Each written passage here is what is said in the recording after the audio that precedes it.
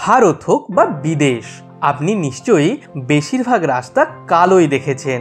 আর পিচগলা রাস্তা কালো দেখাটাই স্বাভাবিক, কিন্তু তা সত্ত্বেও এমন একটি দেশ আছে যেখানকার রাস্তার রং নীল। আচ্ছা বলুন তো কোন দেশ? জানেন না তো? তা হলো কাতার।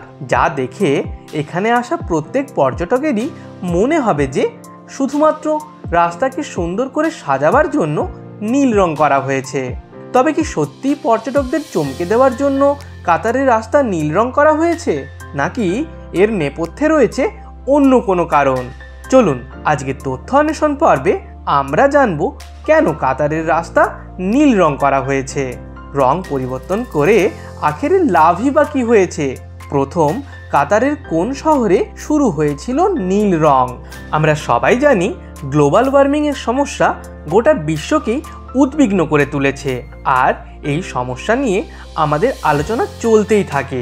ক্রমবর্ধমান তাপমাত্রা বিশ্বের জন্য একটি সমস্যা হয়ে দাঁড়িয়েছে। অনেক দেশ বিশ্ব উষ্ণতা মোকাবিলার জন্য ক্রমাগত প্রয়োজনীয় পদক্ষেপও নিয়ে চলেছে। এদিকে কাতার খুঁজেছে অন্য পথ। গ্লোবাল ওয়ার্মিংয়ের মতো সমস্যার বিরুদ্ধে লড়াই করার জন্য কাতার নিজের রাস্তাগুলিকে নীল রং করেছে, যাতে কাতারের ক্রমবর্ধমান তাপমাত্রা থেকে সামান্য হলেও স্বস্তি পাওয়া যায়। আর এটাই বিশ্বাস করা হয় যে নীল রং তাপমাত্রার ভারসাম্য বজায় রাখতে সাহায্য করে। আর তা খতিয়ে দেখার জন্য কাতার বেশ কয়েকটি পরীক্ষাও চালিয়েছে। এর জন্য কাতারে 18 মাসের একটি প্রকল্প শুরু করা হয়েছিল। বিশেষজ্ঞদের মতে একটি কালো বা বাদামি রঙের রাস্তার তাপমাত্রা 20 থেকে 25 ডিগ্রি বেশি হয় সাধারণ তাপমাত্রার থেকে।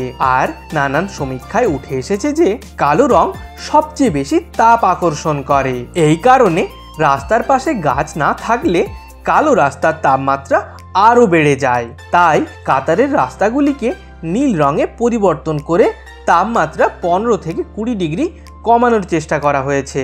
তাপমাত্রার পার্থক্য দেখতে কাতারে অনেকগুলি সেন্সর ইনস্টলও করা হয়েছিল, যার সাহায্যে তাপমাত্রার পরিবর্তনগুলি দেখা যেত। কাতারের রাজধানী এবং সবচেয়ে বড় শহর দোহাতে প্রথম রাস্তাগুলিকে নীল রঙে রাঙিয়ে দেওয়া হয়েছিল। প্রসঙ্গত এটাও বলা জরুরি যে কাতারই একমাত্র দেশ নয়। এই দেশটি ছাড়াও লাস ভেগাস, মক্কা এবং টোকিও শহরেও রাস্তাগুলিকে নীল রং করা হয়েছে গ্লোবাল ওয়ার্মিংয়ের হাত থেকে রক্ষা পাওয়ার জন্য। কেমন লাগলো আজকের ভিডিওটি? যদি ভালো লেগে থাকে তাহলে অবশ্যই লাইক করুন, কমেন্ট করুন এবং বন্ধুদের সাথে শেয়ার করুন। দেখা হবে পরের ভিডিওতে।